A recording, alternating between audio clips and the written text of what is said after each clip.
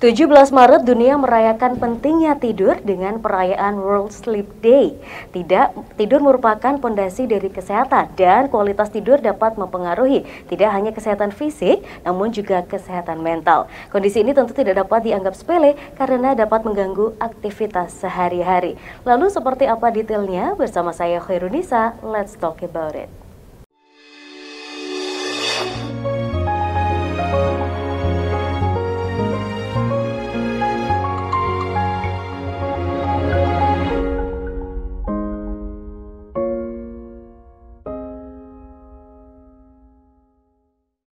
Ya pemirsa, kembali lagi bersama kami dalam program Let's Talk. Pada episode kali ini spesial, kita akan membahas berkaitan dengan World Sleep Day bersama dengan dua narasumber kita hari ini, yaitu yang pertama Dr. Susanti Jaja Laksana selaku spesialis paru, merupakan dosen di Fakultas Kedokteran Universitas Brawijaya, dan juga dokter spesialis paru di Rumah Sakit Saiful Anwar, dan juga Dr. Zamroni Afif, M.Biomed, spesialis saraf, yang merupakan dosen Fakultas Kedokteran Universitas Brawijaya, dan juga dokter spesialis syaraf di Rumah Sakit Saiful Anwar. Kita sapa terlebih dahulu. Halo Dr. Santi dan Dr. Zamroni, bagaimana kabarnya hari ini? Alhamdulillah, baik. Alhamdulillah, luar biasa. Pada episode kali ini spesial, kita akan membahas World Sleep Day. Tapi rasanya belum banyak nih masyarakat atau pemirsa yang aware tentang hal ini. Nah, ini saya pertama mau tanya dulu nih ke Dr. Zamroni tentang alasan mengapa kok kita harus sih memperingati World Sleep Day, dan juga apa ya Dok temanya untuk tahun ini? Ya, jadi memang kenapa kita memperingati World Sleep Day ya, bisa ya. Karena memang saya kira setuju masih belum banyak masyarakat yang aware ya terhadap pentingnya tidur, terutama untuk kesehatan ya. Makanya tema di tahun ini adalah Sleep is essential for health. Jadi tidur itu sangat penting untuk kesehatan. Kesehatan ini sangat luas ya. Makanya saya dari sisi saraf, Dr. Santi nanti dari sisi paru, tentunya nanti banyak lagi dari bidang-bidang yang lain yang mungkin juga terkait dengan kesehatan tidur. Nah, kita ingin lebih meningkatkan awareness ya, kewaspadaan tentang gangguan tidur, supaya apa? Supaya masyarakat ya lebih perhatian, kemudian juga harapannya kita juga bisa ya meningkatkan tingkat kesehatan di masyarakat ya. Samping itu juga ada manfaat lain yang sangat besar sekali, harapannya bisa mencegah munculnya kira-kira penyakit-penyakit lain atau kondisi-kondisi gangguan kesehatan lain yang mungkin itu disebabkan oleh karena gangguan tidur. Oke, baik. Dan secara dunia memang ini diperingati setiap tahun gitu. Tapi harapannya kita bukan hanya memperingati saja ya Dok ya. Tapi juga kita bersama-sama dengan masyarakat mungkin lebih aware dan lebih tahu apa sih pentingnya dari tidur buat kesehatan kita. Oke, baik. Kemudian apa saja sih hal yang perlu diwaspadai masyarakat Dok terkait dengan gangguan tidur tersebut? Jadi memang sudah banyak ya penelitian. Saya kira kalau kita baca-baca tentang pentingnya tidur itu tadi. Jadi pertama, kalau kita mau aktivitas supaya kita bisa seger, enak sehari-hari kan kita butuh tidur. Itu yang ringan-ringan saja ya. Kalau tidur kita tidak nyaman, tidak enak di malam harinya, mungkin besoknya kita aktivitas jadi gampang lelah, gampang capek ya. Belum lagi tadi yang saya sampaikan, jadi banyak penyakit-penyakit lain yang juga sangat terkait dengan gangguan tidur. Nah, pentingnya kita menjaga pola tidur kita, kualitas tidur kita itu adalah juga untuk mencegah supaya tidak munculnya penyakit-penyakit lain yang disebabkan oleh karena pola tidur yang tidak baik. Oke, baik, siap Dok. Nah, kemudian kalau dari sisi pernafasan nih Dok, berkaitan dengan gangguan tidur sendiri ini bagaimana sebenarnya? Iya, Mbak Nisa, jadi memang untuk gangguan tidur ini belum banyak ya masyarakat tuh waspada bahwa gangguan tidur ini bisa berbahaya terhadap kesehatannya. Yang paling sering lah di masyarakat mungkin kita tahu ngorok. Ya, itu ngorok itu luar biasa tuh sebetulnya dampaknya ya. Nah, khusus kalau di kita ya Dokter Zamroni ya, orang ngorok tuh kita udah langsung berpikir kemungkinannya apa aja nih yang terjadi. Nah, langsung dianalisa ya Dok? Udah dianalisis langsung itu. Ya, jadi gangguan tidur kalau dari sisi saya, dari sisi paru, itu sebenarnya banyak ya gangguan tidur itu. Mulai dari insomnia pun itu adalah masuk gangguan tidur. Tapi kali ini untuk saya pribadi akan membahas mengenai yang gangguan tidur terkait pernapasan. Jadi gangguan pernapasan saat tidur. Ya, jadi bisa tersedak seperti itu. Tiba-tiba malam tersedak. Sudah tadi salah satunya juga ngorok. Ya. Itu sudah harus diwaspadai sebetulnya. Nah, gangguan tidur terkait pernapasan sebetulnya ada beberapa. Jadi ada yang disebut dengan obstructive sleep apnea, artinya gangguan pada saluran napas. Ada hambatan. Lalu ada juga central sleep apnea, artinya gangguan pernapasan, gangguan tidur akibat pernapasannya juga selama tidur ya. Itu gara-garanya di pusat napasnya, di otak. Ada juga gangguan tidur terkait karena oksigennya itu berkurang, ya, disebut dengan sleep related hypoxemia. Itu mungkin kita sangat dekat waktu dengan pandemi. Waktu COVID kita hampir udah mengenal, hampir semua rumah tangga kali punya untuk ya mengecek saturasi oksigen.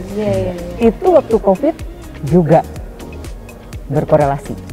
Kondisi dari hipoksemia itu berkorelasi dengan gangguan tidur. Dan kami juga punya beberapa penelitian ya Dr. Zamroni terkait COVID mengganggu tidur. Itu salah satu waktu hipoksemia.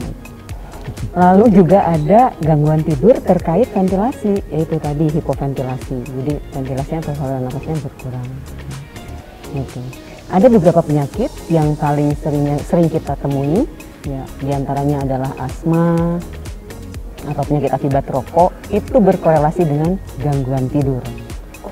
Nah, itu bagi para perokok, mohon maaf ya, hati-hati ya. Nah itu, bagi yang suka dugem juga harus hati-hati karena tidurnya tidak, tadi dokter Rasmani sudah sampaikan loh, esensial ya, sleep is essential for health. Jadi harusnya tidur itu menjadi benar-benar yang utama untuk kita cermati ya, bahwa kita harus cukup tidur. Siap, kita tahan dulu dok. Nanti kita akan lanjutkan kembali pembahasan berkaitan dengan gangguan tidur ini di segmen berikutnya pemirsa. Jangan kemana-mana, tetap di program Let's Talk.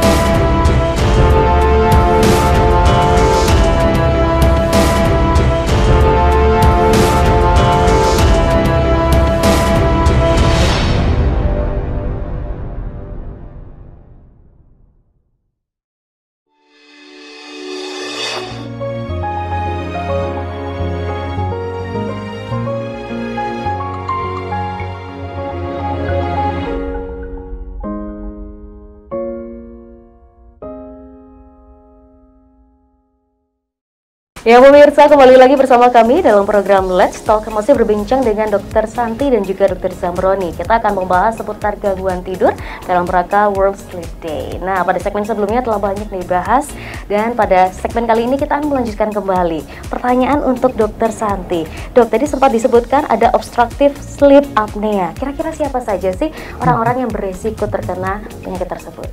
Iya, terima kasih Mbak Nisa.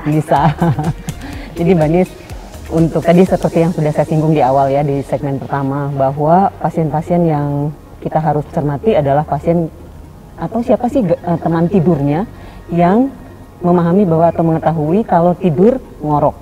Itu sudah harus kita waspadai, satu.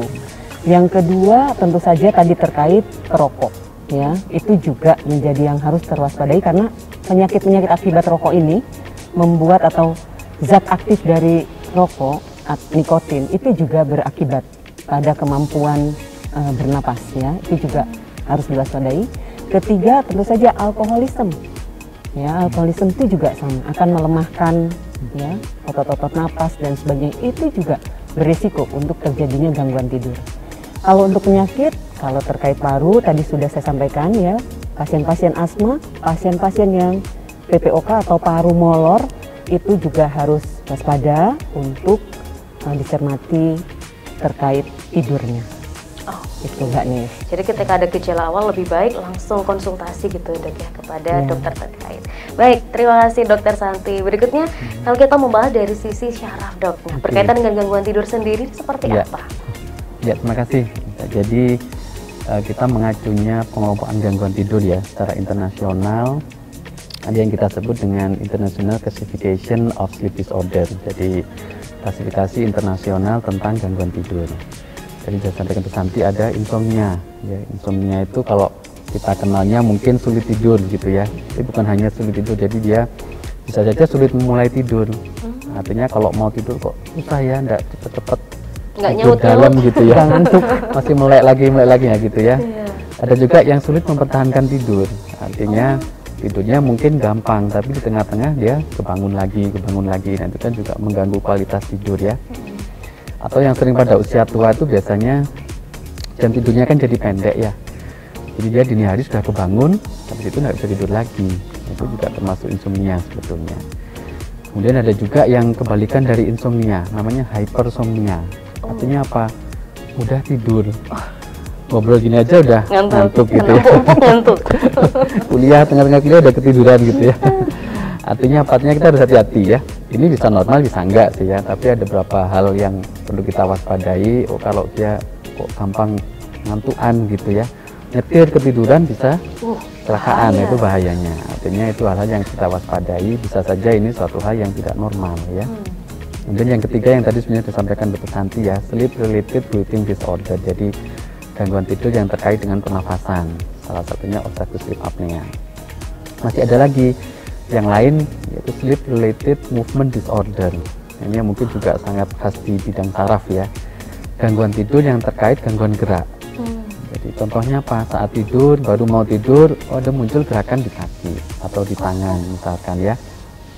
Ada yang ngeluhnya itu baru mau tidur kok saya jadi kebangun karena kaki saya jadi getar-getar ya gitu ya. Oh, ada. Namanya periodic limb movement disorder. Jadi gangguan gerak yang munculnya periodik dan munculnya saat tidur. Penyebabnya banyak ya, ini harus kita evaluasi lebih lanjut lah. Kemudian ada lagi satu gangguan ritme sirkadian.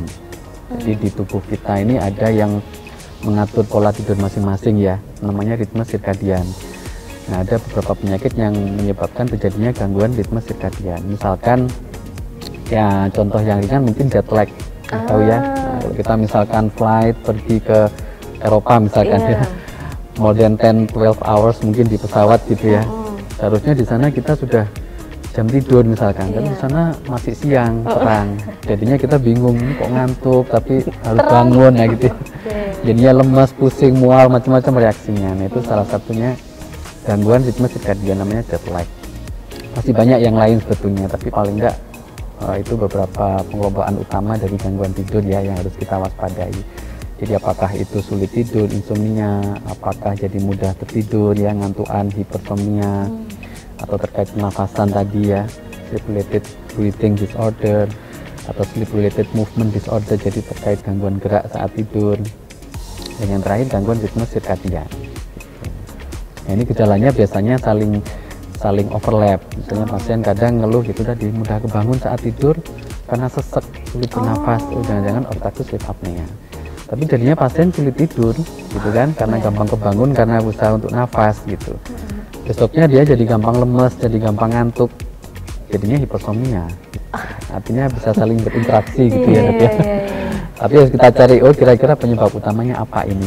Oke, berarti setiap individu tuh unik gitu ya dok ya, pasti punya gejalanya dan penyakitnya masing-masing. Tadi ada yang lupa tuh Dokter Zam, kita nggak ngingetin. Apa itu dok? Terkait obesitas. Oh, ada juga. Itu yang paling penting. Nggak boleh kegemukan. Karena itu mempengaruhi juga untuk tidur. Tidur. Oke. Leher yang pendek. Jadi kemudian menekan pernafasan gitu dok. Bapak-bapak nih yang sering ya, kalau gemukan di perut ya. Nah, kita nafas itu kan perlu otot perut dan dada yang elastis ya untuk pernafasan. Nah, di satu sisi saat kita tidur dalam itu padahal tonus otot jadi turun. Makanya tonus otot pernafasan jadi turun, mudah terjadi hambatan, obstruksi, jadi sulit nafas. Juga gerakan otot nafasnya jadi turun. Jadi ada risiko nggak nafas saat tidur. Nah, itu yang bahaya. Wah, Gitu. Ini langsung tiba-tiba kepingin olahraga nih dok. Kita semua ini tidak hanya Itu udah mulai pesan ya. inspirasi. Tapi lihat pakar tidur kan tidak sampai. Oh iya, menjadi role model juga Nggak ya boleh. para dokter di sini, Iya, badannya nggak juga boleh fit gemuk.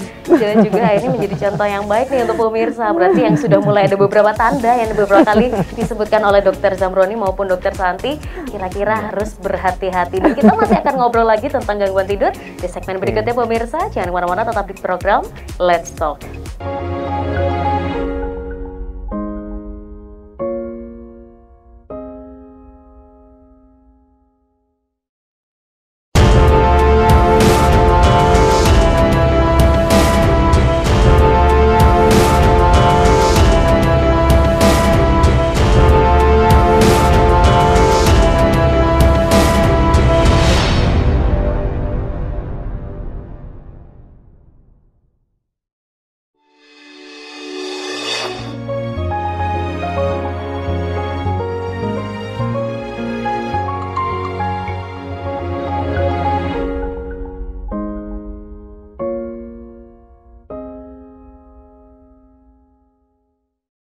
Ya pemirsa, kembali lagi bersama kami dalam program Let's Talk, masih berbincang dengan Dokter Santi dan juga Dokter Zamroni untuk membicarakan terkait gangguan tidur. Nah, kira-kira jika kita berbicara terkait prevalensinya di dunia ataupun mungkin di Indonesia itu kira-kira berapa banyak sih dok? Silahkan Dokter Zamroni. Iya, jadi sebetulnya banyak ya. Bervariasi memang dari negara-negara, dari berbagai macam daerah ya di dunia. Jadi kalau secara umum yang terbanyak memang masih insomnia ya. Insomnia ini kayaknya memang yang paling mengganggu mungkin ya. Artinya kalau kita udah gak bisa tidur aja kan udah gelisah kan. Mungkin itu yang bikin orang jadi sering datang ke dokter ya dengan keluhan sulit tidur. Kalau secara umum di dunia itu sekitar 10%. Artinya kalau kita lihat di populasi ini, di antara 10 orang berarti ada satu yang pasti terkena insomnia. Ini cukup banyak ya. Nah, kalau kita ketemu 10 orang, satu kena insomnia, 20 orang, ya 2 orang kena insomnia gitu ya.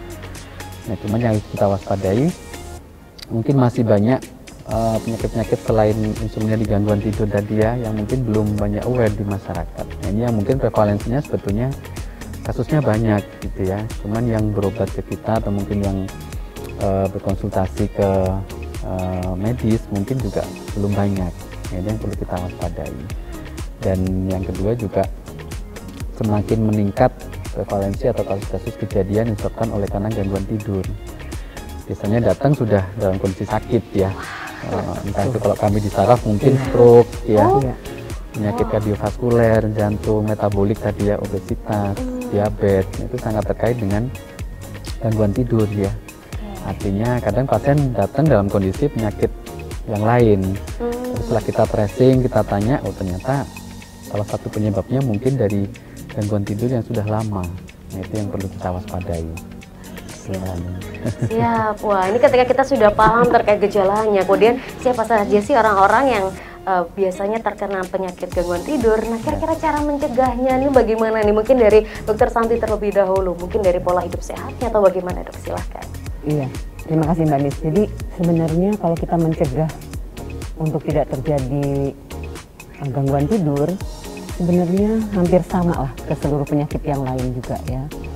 Jadi pola hidup sehat itu penting, dan saya tetap ya. Jadi pola hidup sehat artinya mulai dari nutrisi, kebiasaan-kebiasaan ya, itu juga harus dikondisikan sesuai dengan pola atau fisiologinya dari tubuh kita, dipelajari. Dan sebenarnya juga bukan sesuatu yang baru, tetapi kadang-kadang terpaksa oleh karena satu pekerjaan yang mungkin bisa membuat perbedaan dari fisiologi tidur itu. Misalnya seperti yang kerja malam ya, itu kita nggak bisa ini ya, harus dimodifikasi betul.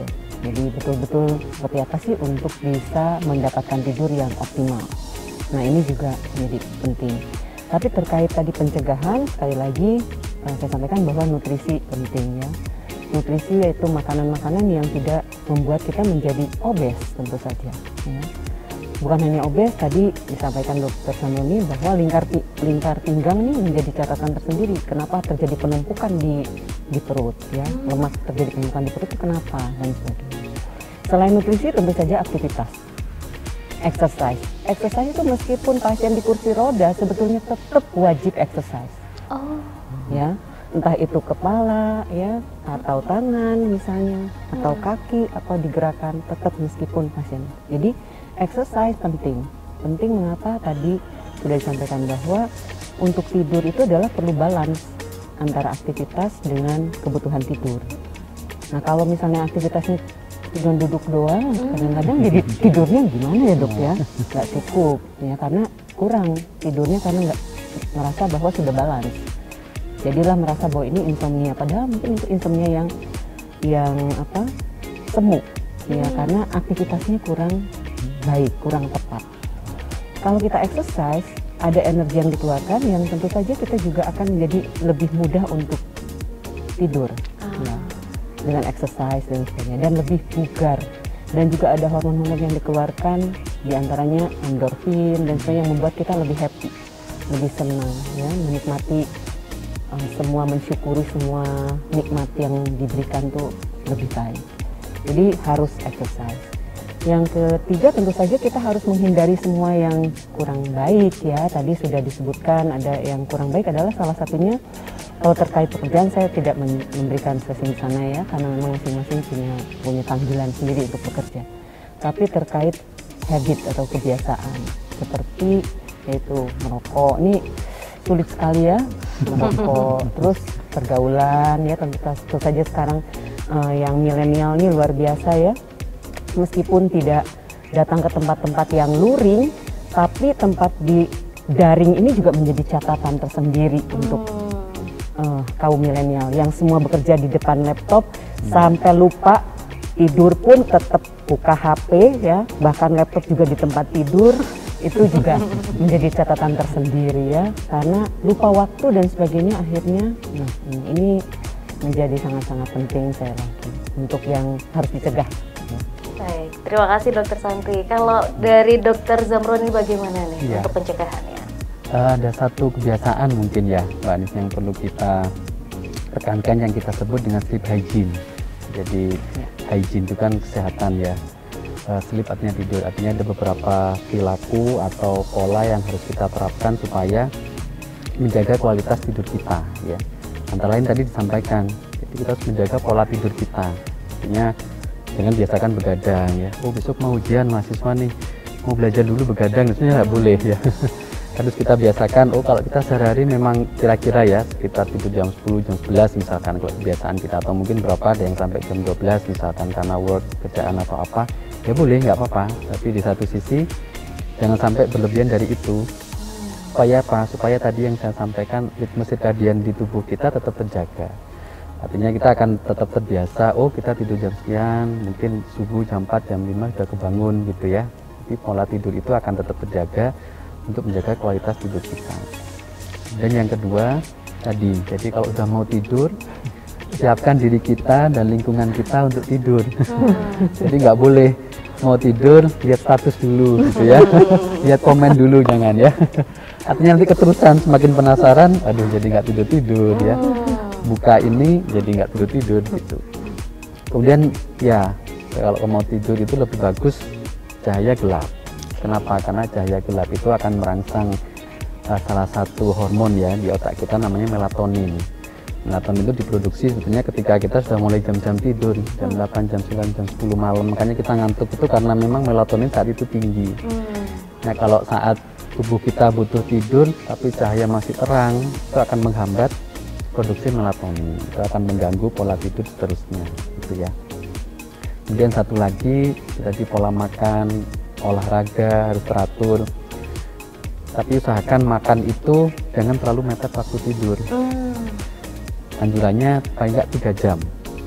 Exercise juga gitu, boleh kalau kita pagi mungkin nggak sempat exercise ya, mau olahraga sore malam dok, silakan boleh aja. Ya mungkin 2 jam 3 jam sebelum tidur harus kita selesaikan supaya apa? Supaya metabolisme tubuh kita normal ke baseline lagi gitu ya. Kalau kita habis exercise itu kan dipicu, aktif ya, jantung kita lebih aktif, aliran darah lebih aktif, itu akan merangsang kita untuk lebih bangun. Kalau kita mau tidur habis olahraga berat ya pasti sulit gitu ya. Yang ketiga tadi, dokter Santi sudah menyampaikan banyak bersyukur. Karena kenapa? Kalau kita stres, cemas, tegang ya, pikiran, perasaan, ya itu akan mengganggu kita untuk memulai tidur.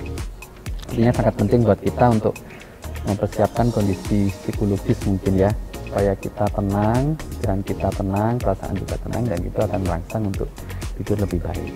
Mungkin itu kebiasaan-kebiasaan tidur yang kita sebut dengan sleep hygiene ya. Oke, baik, luar biasa. Terima kasih banyak Dr. Santi dan juga Dr. Zamroni sudah mengedukasi masyarakat tentang mungkin satu lagi Mbak Nis. Oke, ada Kita terakhir. menyampaikan acara dan ini Dr. Zamroni satu lagi tentang bagaimana kita mendeteksi pasti bahwa ini adalah gangguan tidur. Kita punya fasilitas di Rumah Sakit Saiful Anwar ya. Gimana Dok? Sampaikan bisa ya. Untuk mendeteksi tidur, bagaimana sih gangguan tidur ya? Kita di Rumah Sakit Saiful Anwar ada namanya polisomnografi. Jadi poli itu kan banyak ya, somno itu tidur, grafik itu kan pattern ya, pola. Jadi kita bisa tahu pola tidur seorang dengan kita rekam, namanya polisomnografi. Nah, polisomnografi ini bisa dilakukan di Saiful Anwar. Pasien kita minta tidur di ruangan khusus, kita punya namanya sleep lab ya, untuk pasien itu tidur. Ada tempat tidur khusus, ada kamar mandi dalam, walaupun nggak kayak kamar hotel ya. Tapi udah mulai mendekati lah. Paling nggak pasien supaya nyaman. Dan kita observasi dia selama tidur. Jadi kita pasang beberapa panel atau kabel alat gitu, kayak rekam jantung misalkan ya. Tapi juga termasuk untuk rekam otak dan lain sebagainya. Kita bisa tahu, oh pasien ini benar-benar tertidur apa enggak. Kira-kira tidurnya nyaman apa enggak, pola tidurnya bagus apa enggak.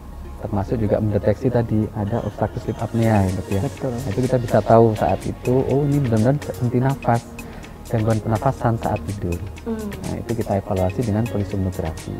Jadi kalau teman-teman semua di sini ada yang mengalami kira-kira gangguan nafas, silakan bisa berobat ke poli paru atau kami di poli saraf. Nanti akan kami evaluasi dengan polisomnografi. Siap, baik. Dan terakhir mungkin ada acara tadi mau disampaikan satu lagi mengajak seluruh pemirsa untuk bisa mengikuti acara kita nanti di Car Free Day tanggal 19 Maret tahun 2023 tentu saja. Kita akan flash mob bareng. Nah, terus juga tentu saja kita akan membagikan kuesioner untuk mendeteksi secara dini apakah kita ini juga ada gangguan tidur. Nah, kita akan berupaya untuk menginformasikan apa yang kami tahu. Saya kira itu dari kita. Siap, jangan lupa ditunggu. Ya, pemirsa ini jangan sampai disia-siakan ya kesempatan untuk langsung bertemu dengan Dr. Santi dan Dr. Zamroni. Mungkin bisa nanya-nanya sambil kita merayakan World Sleep Day 2023. Baik, terima kasih sekali lagi dokter, semoga sehat selalu dan kita masih bisa ngobrol-ngobrol lagi untuk edukasi-edukasi berikutnya. Dan pemirsa, tak terasa 30 menit sudah kita berbincang pada episode kali ini. Saya Khairunisa beserta seluruh kru yang bertugas pamit undur diri. Terima kasih atas kebersamaan Anda dan sampai jumpa.